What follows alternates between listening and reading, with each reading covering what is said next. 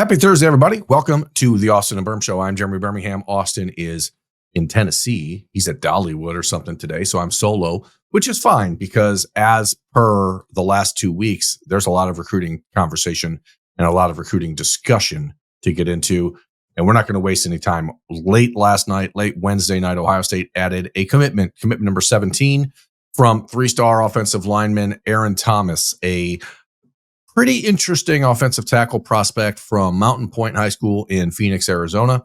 His father, Eric Thomas, was a offensive lineman at Florida State University in the 90s. He was a part of the Seminoles team that ragdolled Ohio State in 1998. And it's an interesting recruitment. Ohio State got into it in March. They really ramped up things with an offer when Thomas and his family made their first trip to Columbus. I believe it was March 17th. No, it might have been a week later, March 28th or 29th, I think. And Tyler Bowen had a chance to go out and see Aaron Thomas in the spring at his high school. And it was at that moment that the Buckeyes decided this was more than just a developmental project type of offensive lineman. They thought they saw a player that could really be a high ceiling complement to Sam Greer, who is the in-state offensive tackle from Akron-Hoban. The Buckeyes think that Sam Greer is a potential superstar, and there's been this underlying current of doubt or thought that the Buckeyes needed to go out and make sure that a player like Mansfield, Texas, five-star Felix Ojo was the opposite tackle, the bookend, if you will. And Aaron Thomas has been slowly climbing the charts as someone that the Buckeyes felt could be not just a reasonable substitute if Ojo decides to stay home and go to Texas, which he very well may. He is still deciding between Ohio State and the Longhorns. But this is a situation that the Buckeyes couldn't pass up for a guy like Aaron Thomas. Whether or not Ojo picks the Longhorns or the Buckeyes, Aaron Thomas is a player Ohio State felt was worth the grab and went after him pretty hard. He made an official visit to campus the last weekend of May, first weekend of June. And it was then that Aaron Thomas really locked in his decision that Ohio State was for him, despite all of the conversation about Florida State. And in the last week or so, it's been primarily a conversation about Texas A&M, and a lot of people believing that the Aggies were going to have the lead coming out of his official visit to Texas A&M this past weekend. What you're going to find here momentarily, I've got Aaron on the show. We're going to talk about his decision. It's interesting because he said that he actually called Ohio State as soon as he got home from his Texas A&M visit because he knew all along where he wanted to go, and the Buckeyes were the program that he wanted to be a part of. As a player, again, this is a high upside offensive tackle. I've heard some comparisons from sources I talked to Thayer Munford at Ohio State, who is now still in the NFL. Thayer was a 7th-round draft pick after bouncing around along the offensive line in his time at Ohio State, but battling through a lot of back injuries and other stuff that probably cost him 2 or 3 rounds in the draft. So if the Buckeyes are able to go out and find a player like Aaron Thomas, someone that they think has that mid-round NFL draft potential at this point, and it's not something that's going to be a bank breaker when it comes to the NIL, that is kind of the perfect fit for Ohio State. And one of the things that I felt was interesting in talking to Aaron is the conversation about his father and the impression that his father got on his visit to Ohio State, and how the Buckeyes' professionalism and their willingness to tell the truth about how rigorous college football actually is and how difficult the sport is going to be and how hard the path to success is was part of the reason that Aaron and his family felt like Columbus was the right spot for him. So it's an interesting conversation, and I think people are going to like it. We'll get to that just momentarily. But as a player, again, the rankings are skewed. I want to be clear. He's the number 40 ranked offensive tackle in the country, the number 7 ranked player in the state of Arizona. He is 6'6". He is 305 pounds, he says. And what's interesting here is that he's played offensive tackle for 1 year. And that, so you look at the number, you look at the ranking, and you say to yourself, well, why is Ohio State prioritizing the 40th ranked offensive tackle in the country? And I want you to be patient if you can and understand that this is a player who's played 1 year at the spot in Arizona. It's not like he's in Georgia or California or Florida or even Ohio, where there is a lot of attention that goes into high school recruiting. Arizona is getting better without question, but it is not a state that really gets a ton of love when it comes to the recruiting rankings. ESPN.com does not have Aaron rated as a player in the state of Arizona as an offensive lineman or nationally. He is rated as a top 5 player in the country, top 5 player in Arizona, according to On3 Sports and according to Rivals, number 8, according to 247 Sports. So obviously, this is a rapidly rising recruit. Ohio State, Tyler Bowen reached out to him pretty much immediately after Bowen took the job from Justin Fry in February. And it didn't take long for the Buckeyes to make him a priority, and that's paid off. And this is why a lot of people, I think, have been clamoring for a wider net to be cast when it comes to the Buckeyes offensive line recruiting over the last few years, because at the time in February and March, it didn't seem like Aaron Thomas and the interest, the visit, the offer was something that felt necessary, because the Buckeyes were at that point still able to look at all the offensive linemen around the country and make some decisions based on those guys. But as things started to unfold and Jackson Cantwell went to Miami for upwards of $2.5 million, and you've got other offensive linemen reportedly getting offered the same amount of money, the board shrinks. And if you don't have that pre-existing relationship established, if you haven't built the connection with a player and their family months earlier, it can be very difficult to get back into the race. It can be very difficult to earnestly look someone in the eye in June and say, hey, you were a guy all along, because people know if you're BSing them. And in this case, the sincerity with which Tyler Bowen recruited Aaron Thomas shone through. And that's why he's committed to Ohio State. That's why he's not going to his father's alma mater. That's why he's carving his own path from Arizona to Columbus. He's going to talk about that with me right now on the Austin Birm Show. This is going to be a little bit shorter episode of the morning show, but it's okay, because no one just wants to hear me ramble on and on. So big win for Ohio State. Don't let the rankings fool you. This is one that matters to the Buckeyes. He's the 4th offensive lineman committed. He gives Tyler Bowen some flexibility with where they go from here. Buckeyes still, I think, would like to get to 6 in this class on the offensive line. Felix Ojo exists. That's a name that people should still pay attention to, even if this decision by Thomas makes it feel more likely that Ojo is going to stay home. There are other players out there that the Buckeyes can turn to. A guy like Deron Parks from Florida, who visited last week, is one I think that now actually has a better chance of being in this class for Ohio State, because while Thomas would be described as a project, he's probably 2 years away from being able to contribute at Ohio State. A player like Parks, who's maybe 3 or 4 years away, is now easier to take it, because he's offensive lineman number 5 if you want him, and you can build a class with the main 4 that you have. And then, and this is what I think, and we can dive into this on a future episode of recruiting or whatever.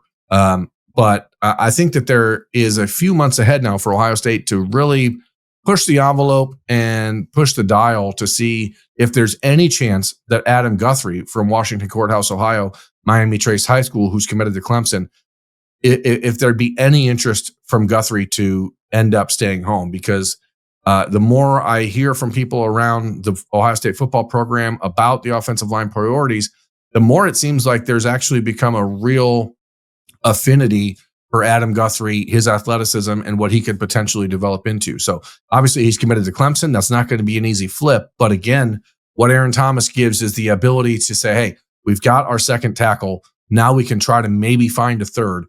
Maybe the third one is someone like Ojo. Maybe it's someone like Guthrie. Maybe it's another developmental guy. But either way, you have your elite player that you think you have recruited for a long time in Sam Greer, and now you add a really high upside, solid player with professional football genetics in Aaron Thomas. Let's get to me, Aaron Thomas, breaking down his commitment right now on the Austin Birm Show. We'll see you on the other side. As mentioned, Aaron Thomas joins me now, Ohio State's latest commitment in the class of 2026, offensive lineman number 4, the second from the state of Arizona. And I want to start right there if we can, Aaron, because I think it's interesting. You and I had spoken on Twitter a couple days before or after your official visit, and I was asking whether or not you and Tucker Smith had known each other yet. If you really knew each other. Tucker lives 20 minutes across the valley from you, and you guys don't know each other, and now you're both going to Ohio State from Phoenix. How's that possible? I don't know. I never played them. I've never been in that area, so we just never met before. But we'll meet soon. So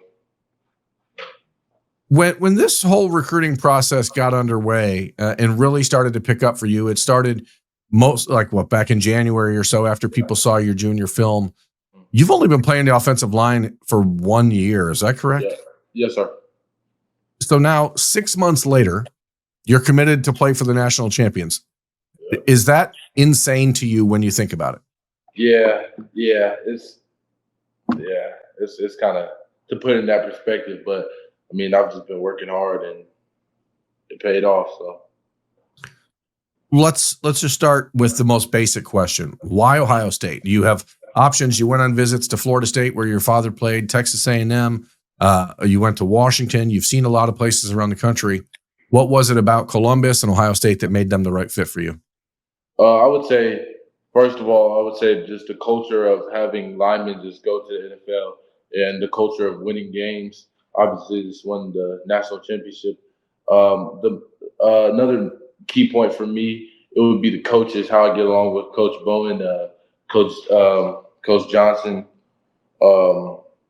just the whole staff. Really, that visit was really good. The visit moved them up the board for me, I would say. I also like the school and how the players act outside of football. I think it's interesting because there's a lot of people who follow recruiting that do this back and forth between when is the right time for a school to have an official visit. Ohio State was your first official visit, or at least in the month of June. You went to Washington before there, correct? Yeah. Mm-hmm. But when it came down to the schools that everyone sort of had circled for you, the Texas A&M, the Florida State, Ohio State, how did them being the first of those visits help Ohio State? How did it set the bar? I would say because it sets the standard so high, just because everything they do at Ohio State, like the standard is high. So when you go to the other places, and the other places were good too, but you see how they compare to the standard Ohio State has. When after your official visit had wrapped up, I asked you what the one thing you were really trying to figure out on your visit was, and you said the fit. What did I fit in there? Mm-hmm. Can you give me an example of how you and your parents knew that it was the right fit? I would say when we took the visit, we had a lot of meetings. We had like 3 meetings with Coach Bowen probably at the visit. We talked about all the things we need to know, depth chart, the offensive playbook, how freshmen get adapted in when they first get on campus. And we met the strength staff and saw what their plan was for me, and just hanging around the players, obviously on the official visit, it really helped me get to know them, and it just felt like home. When Tyler Bowen took the offensive line job at Ohio State in February, you were one of the first calls he made, and you became a priority for Ohio State pretty quick. Again, which is insane. They had just won the national championship like 12 days earlier, and here they are calling a player that has played offensive line for 1 year. Does that put into, or does that give Tyler Bowen and that relationship a leg up? Does it make you like, hey man, this dude not only saw me right away, he came out in the spring to visit you and was like, wow, something's different here. And now you're going to be playing for him in the future. How important has that relationship been? I would say that's probably one of the main things, because I was like one of the first people he contacted, obviously, and then we kept that connection. And then I went to watch a practice and saw how he really cared about the players that he just met, players that he literally just met. He was coaching them like he's been there. And then when he came out to practice and checked out, he came to the school too. So when he came to those things and really got to talk to him more, our connection got stronger. You had mentioned the NFL pedigree that is pretty common at Ohio State, and you have been working in Arizona with a former Ohio State lineman, Charles Bentley, who is maybe, or at least in my opinion, I'm probably a little bit biased because I grew up an Ohio State fan. I don't deny it. He might be the best center of all time, in my opinion. But what people don't really know about LaCharles is, even though he is obviously a proud Ohio State alum, he does not push the Buckeyes on prospects that he works with. In fact, I've heard it's sometimes the opposite, that he says, hey, make sure make sure you look at everything. Don't just assume that they're going to be the best at everything. What was his advice for you in this process, and how has he helped you elevate your game? Because I'm going to tell you what, I saw the photo of you when you were on campus in March standing next to Ryan Day, and then the photo of you in June standing next to Ryan Day, and you look like a totally different person. I'm not even sure how that's possible, but it looked like you gained like 85 pounds in 2 months. Yeah, we really get after in there in the training. So he really helps my skill with the lifting part and the skills training.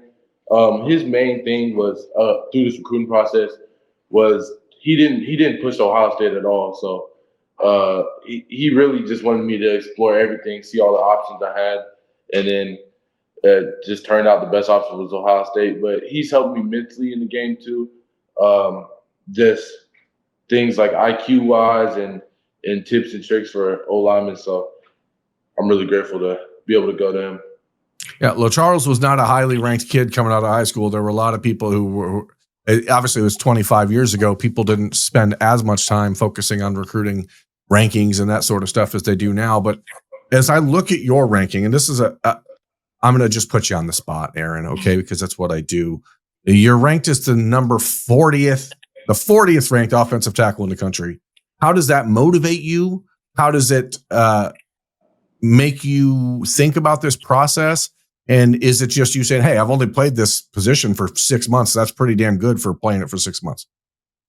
I would say, well, I've only been playing this position for a short time. So I feel like that ranking I feel like it would be based off that mostly.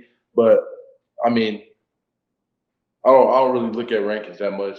I think I would be one of the best tackles in the country. So your family has got some interesting background. As I said, your father played at Florida State.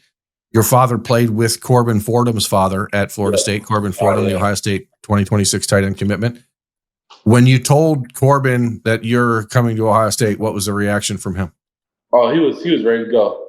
Yeah, he was ready to go. He was ready to go.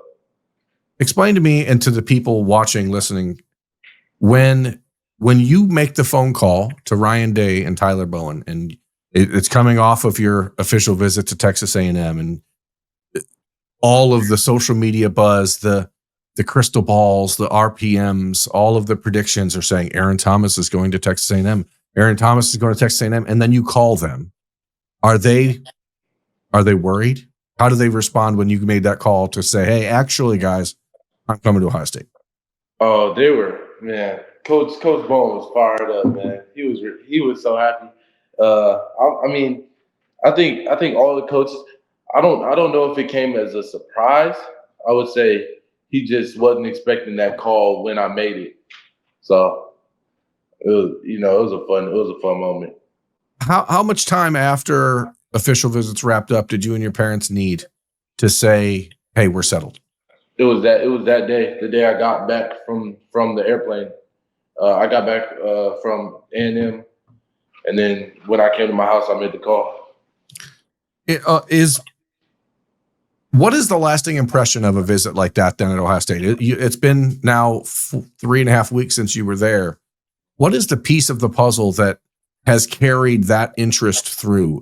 Because I know how these official visits go, man. Like you are being told that you are the greatest thing to ever walk the planet every one of these trips.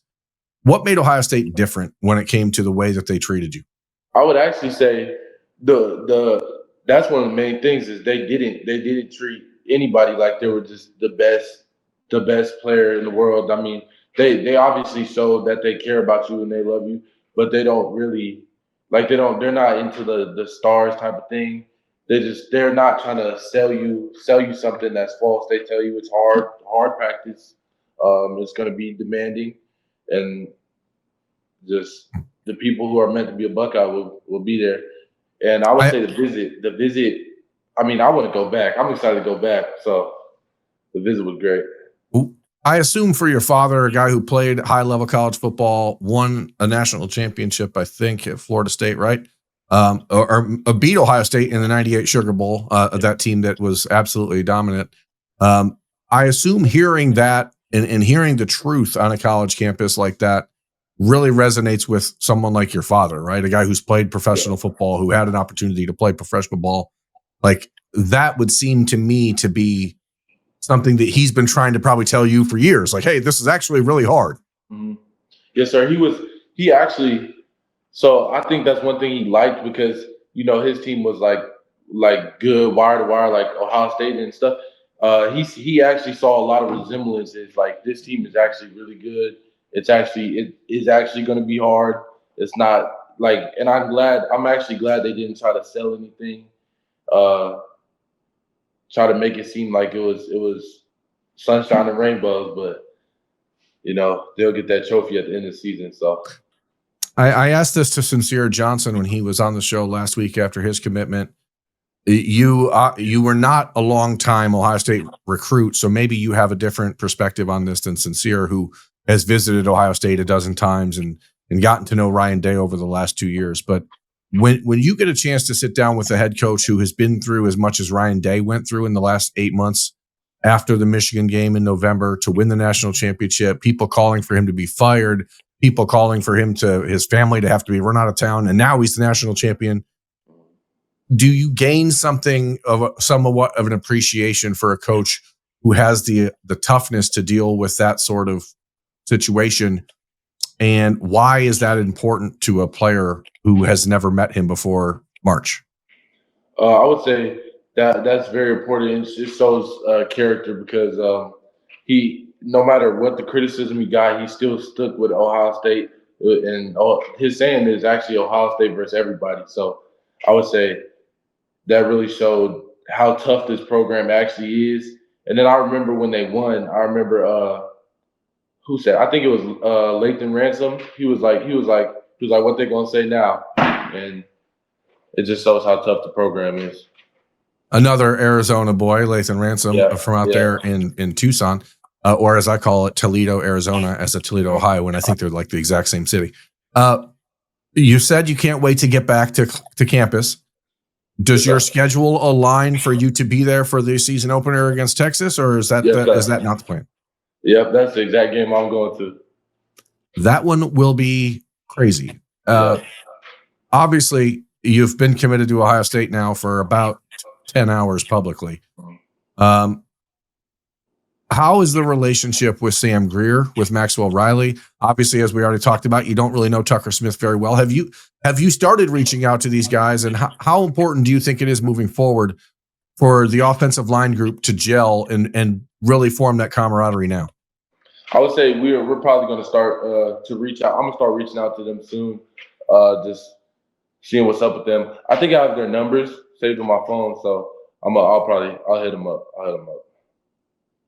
You're newer to the recruiting circus than a lot of guys are, because as we said, a lot of this started basically in January for you. What did you learn from it, and what did you like the most, and what do you wish was different?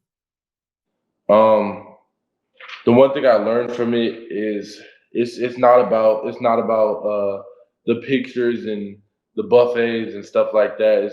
I would say actually the practice visits that's one of the main things that you should really go to, so you see how it really is when they actually have stuff to do, when they're actually coaching and players are practicing and going to school. I would also say the best thing about it is really getting to meet new people and seeing how different coaches are and seeing what style of school and team you want to play for. We'll ask you one more weird question. Probably 2 or 3 more weird questions, because it's what I do. I don't want you to name names, Aaron. I just want to know, what was the weirdest thing any coach said to you in this process in the last few months? Weirdest thing. Let me think. I'm trying to think. Man, that's a good question. The weirdest thing a coach said to me. If it's going to give any hints as to who said it, I don't want you to say it. But I'm curious, how extreme have things gone with different coaches making different promises or whatever? What is the thing that you're like, wow, I can't believe that someone would say that to try to get me to go to school? I would say one school in one of the premier conferences said like you're definitely going to start as a freshman here, and I was like, that's a little suspect because I don't know too many true freshman left tackles that start as freshmen, and I don't know. Especially one that's played 8 games of high school at the position. Yeah, that's kind of crazy.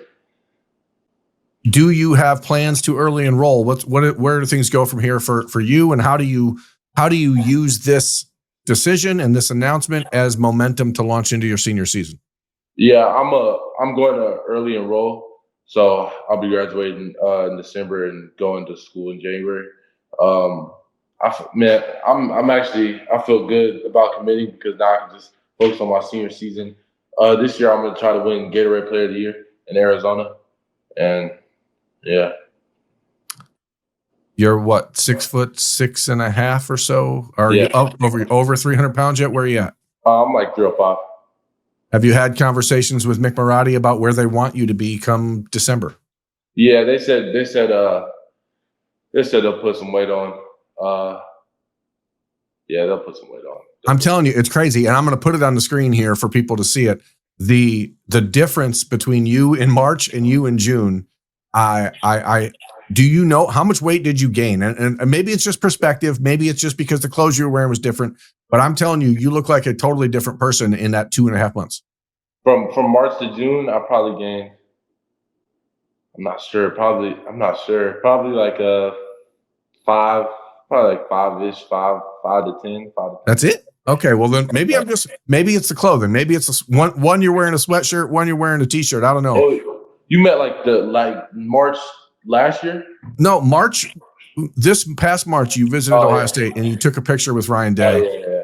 And then you took a picture in June with him, and it looks totally different. Yeah, I probably gained like 10 pounds, probably 10.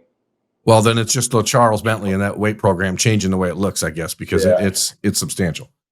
Yeah. Look, man, I could talk about all this random crap all day, and I appreciate you taking some time to celebrate your big decision with us on 97.1 The Fan, 10 TV Plus on the Austin and Birm Show. Congratulations on your decision.